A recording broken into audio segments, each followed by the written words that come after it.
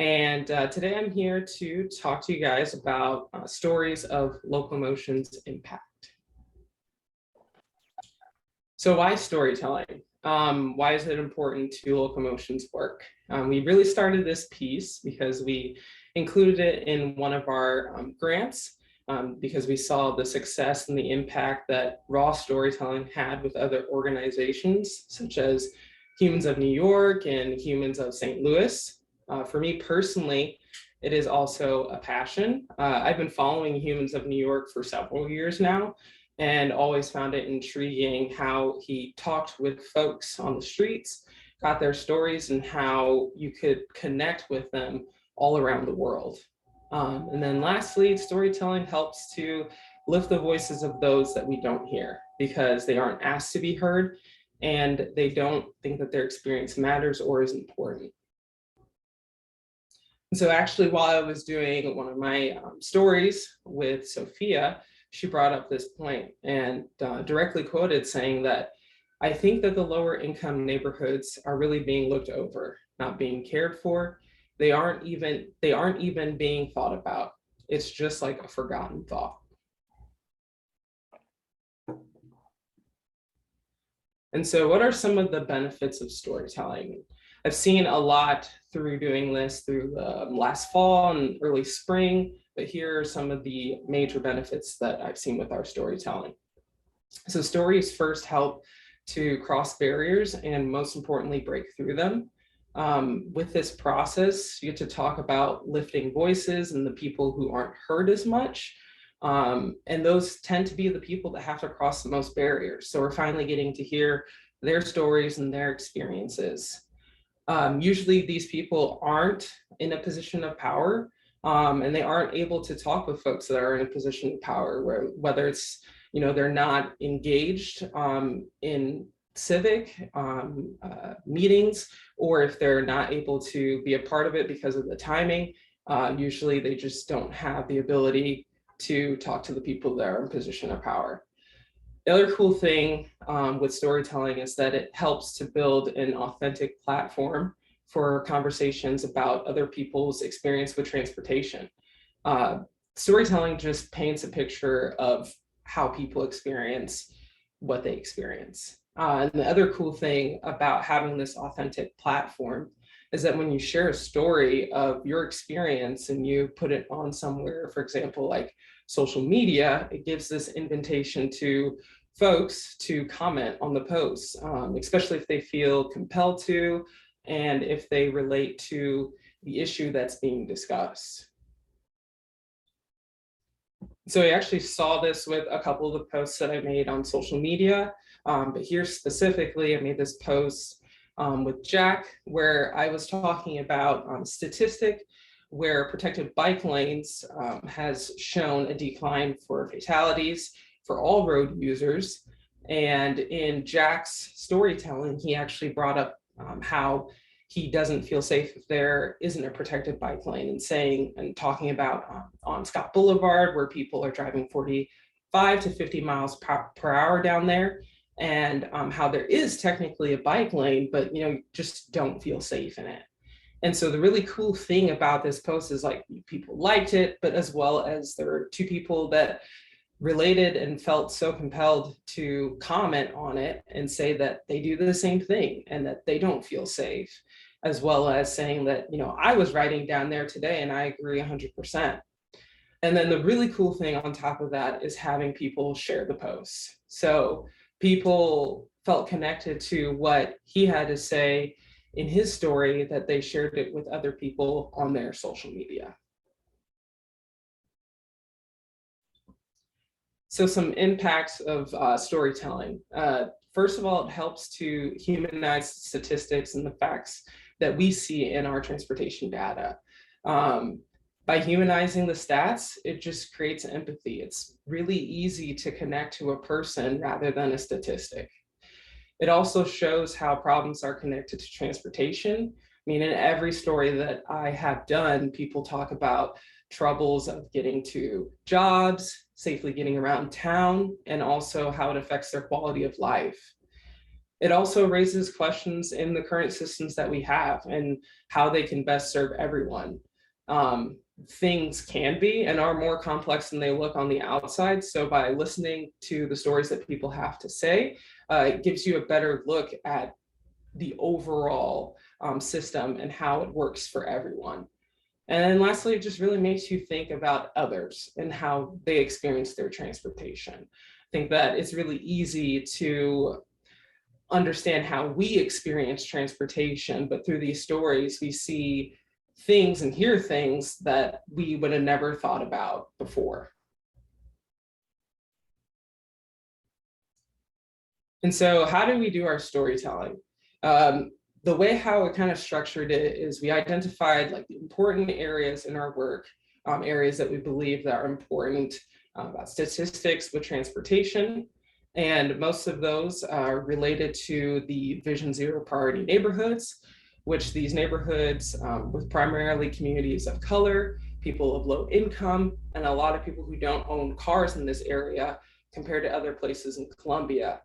Yet there are higher rates of traffic flowing through these areas, putting people that are biking, walking, and taking the bus at higher risks of getting seriously injured or killed traveling in these areas. And so from looking at that and knowing the stats that we have with the Vision Zero priority neighborhoods, kind of came up with the 5 topics that we're currently using for our storytelling, which is public transit, grassroots, biking and walking, accessibility, and traffic violence.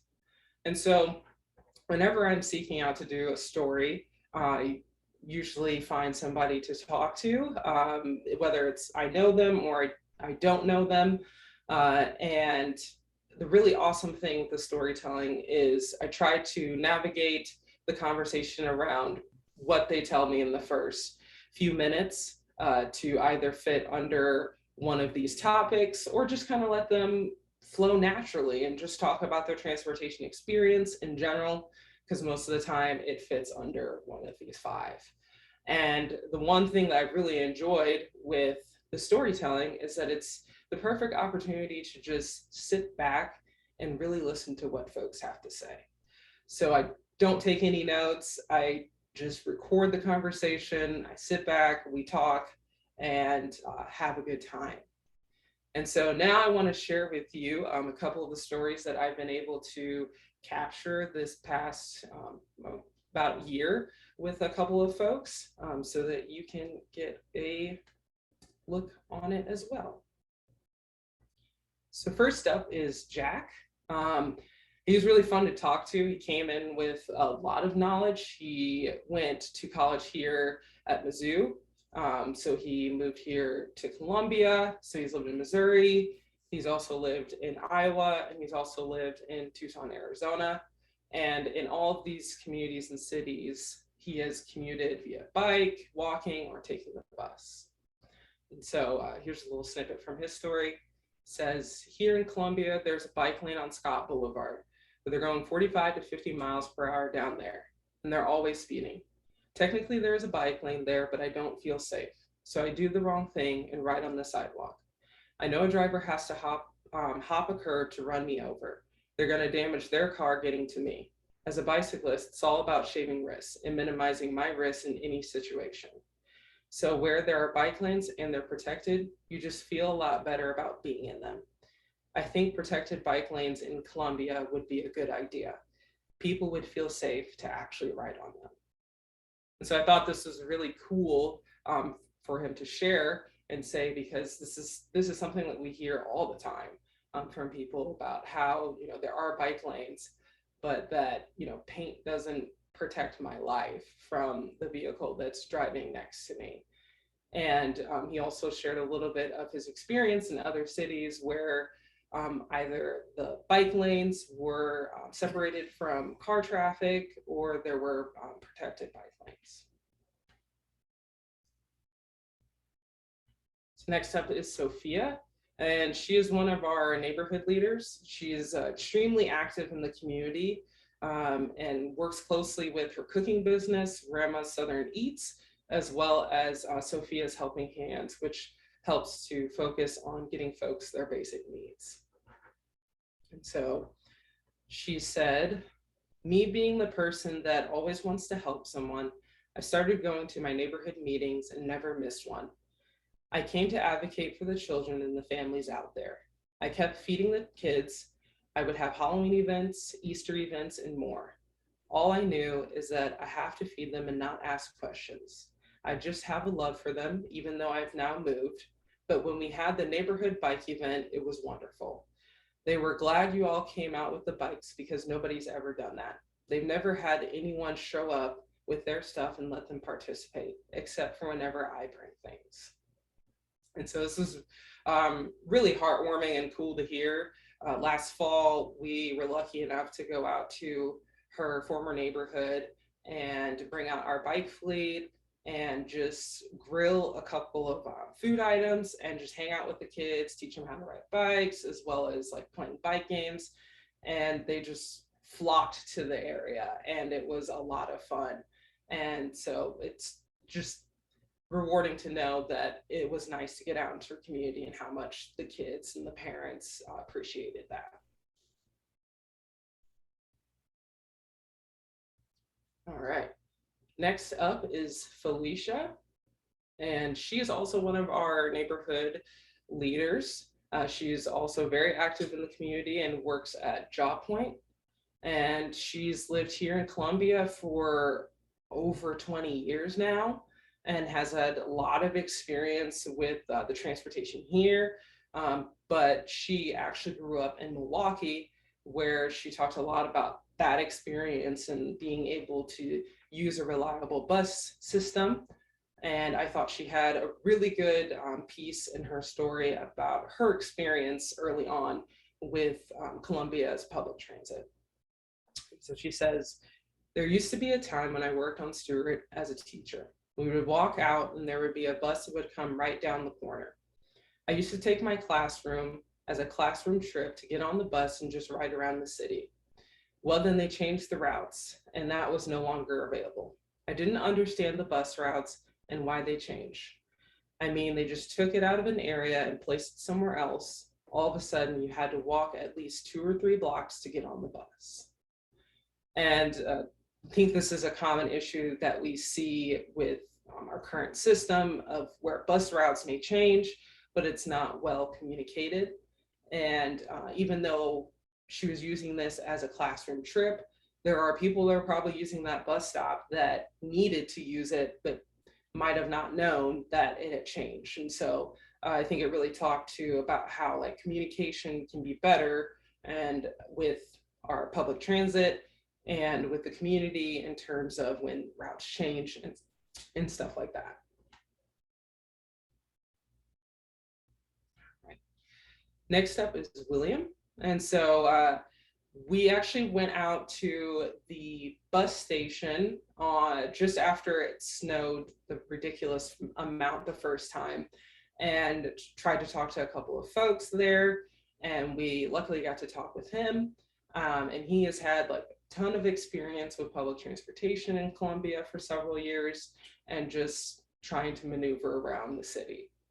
So he said, so I walked from 70 in Providence this morning all the way down here to Wabash just to catch the bus. Usually on a good day, it takes me about a half hour to 45 minutes, give or take, to get here. Today, it took about an hour and a half, almost 2 hours, because no one's cleared their sidewalks or nothing. I'm like, okay, fine. Guess we're walking in the street with the cars. So that's basically what I did. And I remember that day trying to get to the bus stop and how I personally had to walk in the street myself because the sidewalks weren't cleared. And so I used his quote to post on our social media to encourage people to clear their sidewalks because there are people that still need to get to work, that still need to get to the bus station in order to get to work. Not everybody had a snow day.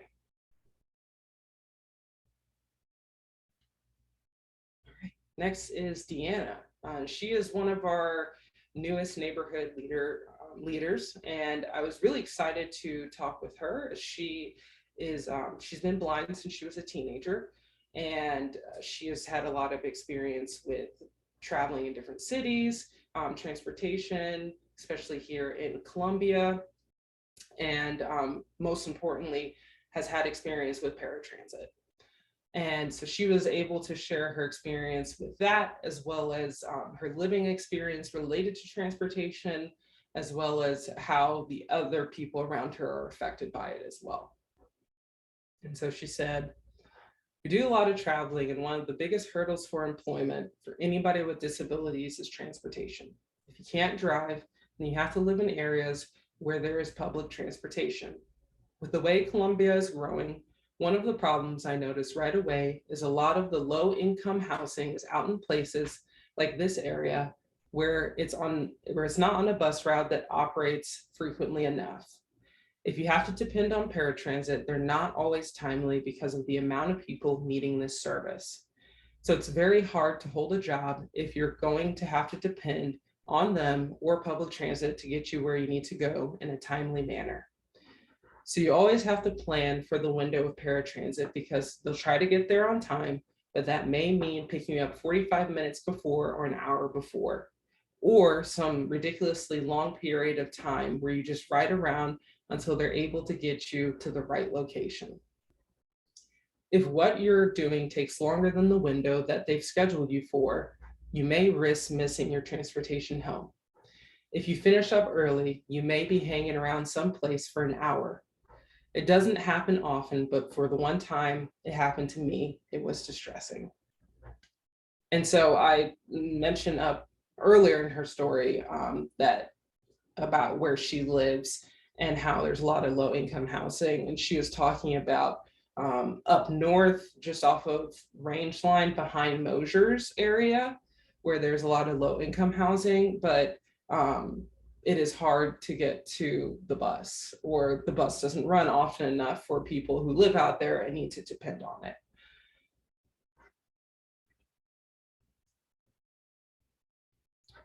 And storytelling in our focus groups and community events. So this spring, we have spring/summer, it's hosted a lot of focus groups and community events, and it's given us this great opportunity to connect with folks on a deeper level about their transportation experiences. And so in these small groups, you just get to spend time, they get to talk about how they experience their transportation. And the other cool thing is that they get to talk with other people in the room and connect about their experiences that other people are experiencing in the room as well. And so that's been a cool way to hear more stories that impacts our work and what we do.